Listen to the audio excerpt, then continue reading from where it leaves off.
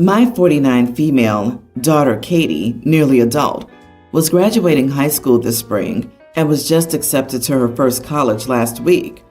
I share Katie with her father, my ex-husband, Will, 52, but I've been married to my husband, Brian, 49, for about 6 years. Brian has a son, Nick, teen, a junior at the same school as Katie. Brian has full custody of Nick, while I share custody of Katie. Will and I divorced fairly amicably when Katie was young and have grown into strong co-parents. Will's family comes from substantial money, so as part of the divorce, we agreed that he would be responsible for the tuition and dorm bill for Katie's college, and I would pay for the other miscellaneous living expenses. I've saved enough to pay for these expenses, but I know that if something were to happen to my savings, Will or his family would be able to foot the entire bill for Katie's living expenses without any changes to his lifestyle. Will and I decided to sit Katie down and show her the whole picture of what college cost and what we will pay for. Brian thought it would be a good idea to have a similar conversation with Nick, even though he's only a junior. Unfortunately, the financial situation for Nick differs. Since his mom is not in the picture, it has been on Brian to save for Nick's college. Brian was able to save, and I've also contributed a bit. He has about enough saved for a full associate's degree or half of a bachelor's degree at an in-state public school without living expenses. We didn't openly discuss the specifics of the different finances with each child, but broadly said they had different opportunities due to situations outside of their control. Nick has since surmised that his situation is very different from Katie's, and his choices will be more impacted by finances than hers. Nick came to Brian and me very upset over the weekend. He said that it wasn't fair that Katie got to go anywhere she wanted, and he was specifically upset that Katie wouldn't have to pay for her own room and board. He then asked that if Katie gets into a school with scholarships, he could get the difference in tuition for his college. Or he said that I should contribute the savings I had for Katie to his fund to try to make it fairer, since Will could make up the difference easily. I kindly told him that no, I wouldn't do that, and that I was really sorry about the situation. Then I told him that unfortunately, sometimes them's the breaks in life, and that we'll do our best to make sure that whatever college he decides to go to, that he can make the most of the opportunity, even with loans. Nick was obviously upset at this, and Brian thinks my response to his asking made me a bit of an idiot, even though I shouldn't have to change any of the agreement. I feel like I'm going crazy, but am I the idiot? Wow, did you literally say them's the breaks? Because I can see how he's taking that as an idiot thing to say. While it's true that not everyone gets equal opportunities and starts with the same assets in life, saying them's the breaks is a dismissive, uncaring way to say it. The message isn't wrong, but the delivery was so bad it obscured the message. So you are the idiot.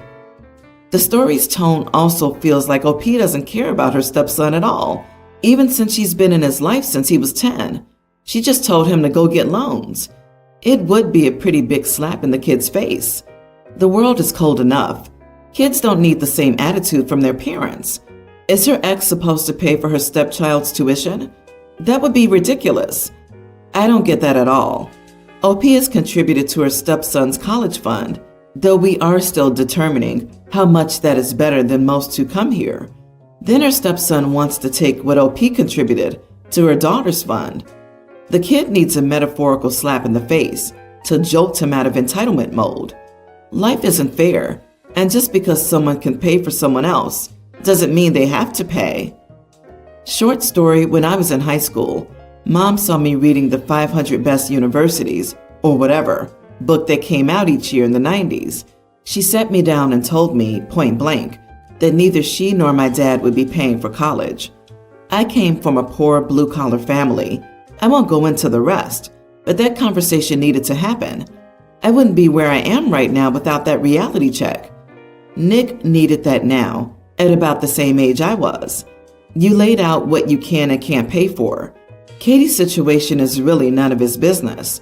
Hopefully, it will spur him on to get his grades and ACT, SAT scores up, to get a scholarship and more choices. Them's the breaks is not an idiot statement. Direct and blunt, but not an idiot statement. My father, 63, left my mom, 62, when I, 37, was 10 years old.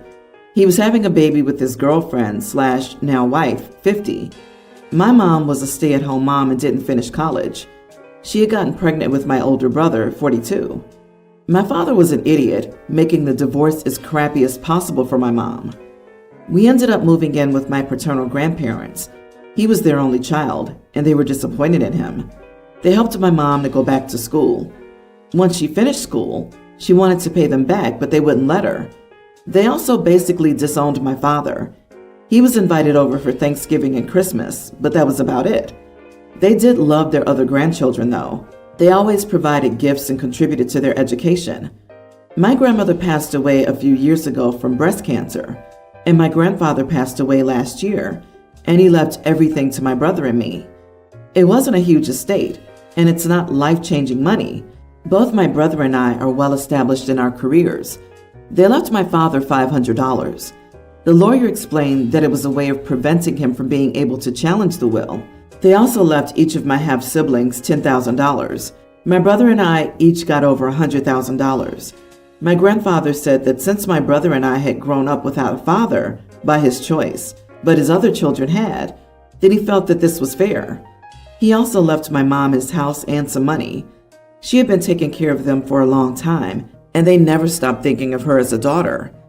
My father approached my brother and me recently, saying that his other kids are struggling with finances and that we should split everything with them since we don't need the money.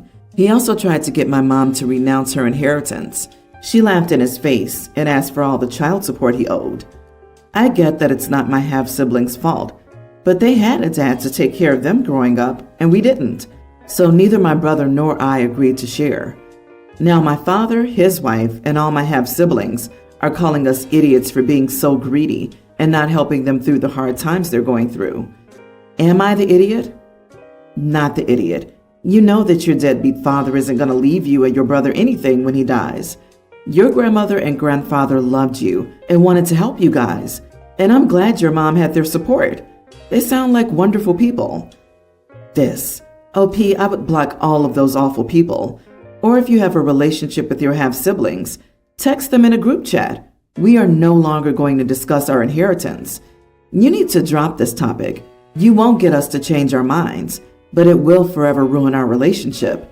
If they keep at it, then block them on everything. You don't owe your half-siblings anything. Your grandparents are trying to do right by you after failing to raise a son that would. A 36-year-old idiot had an affair with a 23-year-old, who I'm sure he knew was married, and knocked her up. He made your family's life miserable, didn't pay child support, and was such an idiot that his parents basically disowned him. Now he and his entitled wife are throwing a fit because you won't give money to their kids, who you barely know. Yeah, again, not the idiot. Not your circus, not your monkeys. Your grandparents were good people, and Granddad knew what he was doing. You owe Bio Dad and his new family nothing.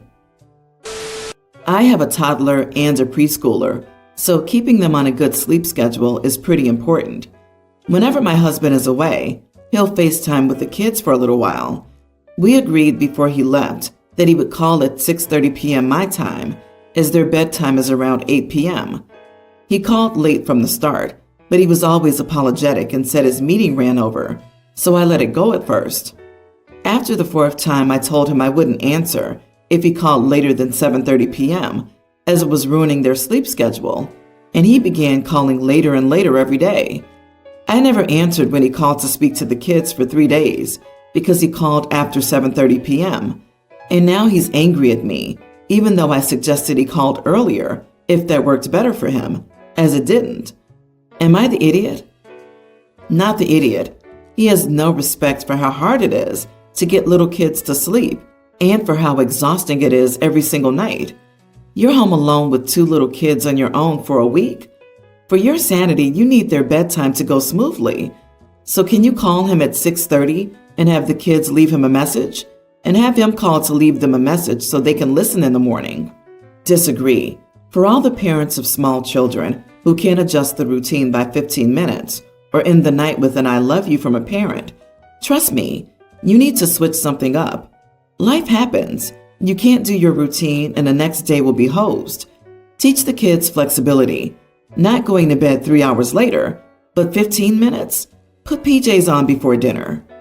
Yes, you are the idiot. There needs to be more context. If he's in a different time zone, it could genuinely be difficult to get out of meetings suitably to call earlier. Obviously, if they're asleep, I'm not going to wake them up, but I can only imagine how upset my wife would be if I told her she couldn't speak to the kids while still awake when she has to work late. Life just doesn't follow rules. You have to work and be flexible to see what will work. You can be rigid if you want, but the only result will be an angry husband, angry you, and kids that don't speak to their dad when away. I don't see a winner in that situation. And yes, I have 3 young kids. Both of us work full-time and life is super busy. My 25 male, wife 23, and I have had a tradition every Christmas where we would bake Christmas cookies and frost them without friends. We'd then give the cookies to the friends, families, and helpers. Every year, my wife would take on the bulk of the baking duties, insisting that only she knew how to bake them right, and only letting whoever's helping frost them. She always insisted on doing all the baking because the frosting was the fun part and the only thing people wanted to do.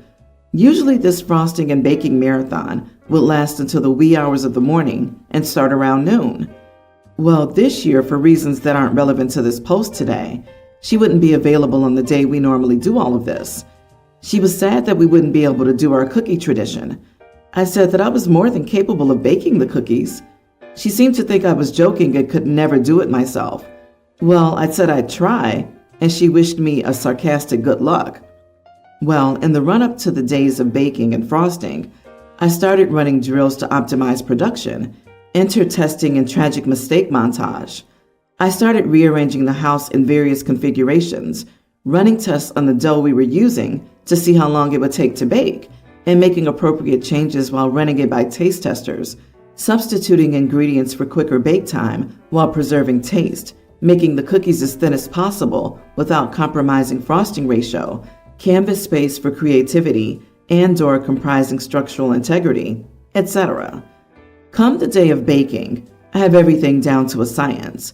As friends and family come in, I give them the rundown. After a couple of hours, most kinks are worked out, and cookies are flowing out at a breakneck pace. Eventually, we start running out of material, something that never happened under my wife's aegis. We start running to the store for the necessary raw materials to fuel our mighty cookie forges. By the time we were exhausted around 2 a.m., we had produced at least 5 times the amount of cookies we had ever had before. Well, my wife gets home a couple of days later and is weirdly upset. She insisted the cookies tasted weird, that we spent too much money, and that I was actively trying to make her look bad by making so much more than her. In truth, I ran blind tests to see if anyone could differentiate between the old recipe and mine, and no one could. I also only spent 40% more than years previous as I slotted in some cheaper ingredients and bought some stuff in bulk. And I had absolutely zero intention of upstaging her. I simply had the goal of maximizing cookie production. She says that even if I didn't do it on purpose, I should have thought about how it made her look to run circles around her and embarrass her. And she actually called me an idiot. She's never called me an idiot in all 3 years of marriage, so I can't help but think that I am. Am I the idiot? Edit. I'm also working on getting a degree in electrical engineering. I have pretty intense ADHD, and I cook pretty often. Never really baked, though. You are the idiot. So why did you deliberately try to make way more cookies than your wife and run blind taste tests to prove your point? Because if you just tried to help and did a good job and she was annoyed, I'd blame her. But you're bragging in this story about how you did a much better job with science and rigor, and there's no obvious explanation for why you were trying to outshine her. If this was her thing, and your goal was to prove you could do it better, then you do come across as the idiot. I noticed she said they tasted bad, you spent too much, you deliberately tried to make her look bad, and you only defended the first 2 points. I love how everyone just piles on this guy and completely ignores the belittling, abusive comments by his wife. before the event even happened. If a man said those things to his wife about something, everyone would be in here calling for divorce and therapy. But instead, everyone's jumping on the way to ruin a tradition for her bandwagon. OP, not the idiot. Someone talks down to you as if you're incapable and lesser than. Damn right you should prove them wrong by doing much more than. She also told him he's unable to make cookies and was bullying him for even thinking he could bake. Sounds like horrible stereotypes. And when he outdid her, she felt threatened because her thought process was, how dare a man bake better than me? But why are you guys turning something that sounds cool and fun, baking cookies, into something out of Gordon Ramsay? Because he's an engineer who has ADHD. All of the challenges of optimizing the Christmas cookies are just a picture of how his brain works. OP might not do things the way other people would, but that doesn't make him an idiot. Personally, I wouldn't want to be in that kitchen, but to each his own. My husband and I have been married for 10 years. We have a tween daughter together, Maya. I also have a teen daughter from a previous relationship, Nova, and he has a teen son from a previous relationship, Oliver. This is about Oliver and Nova.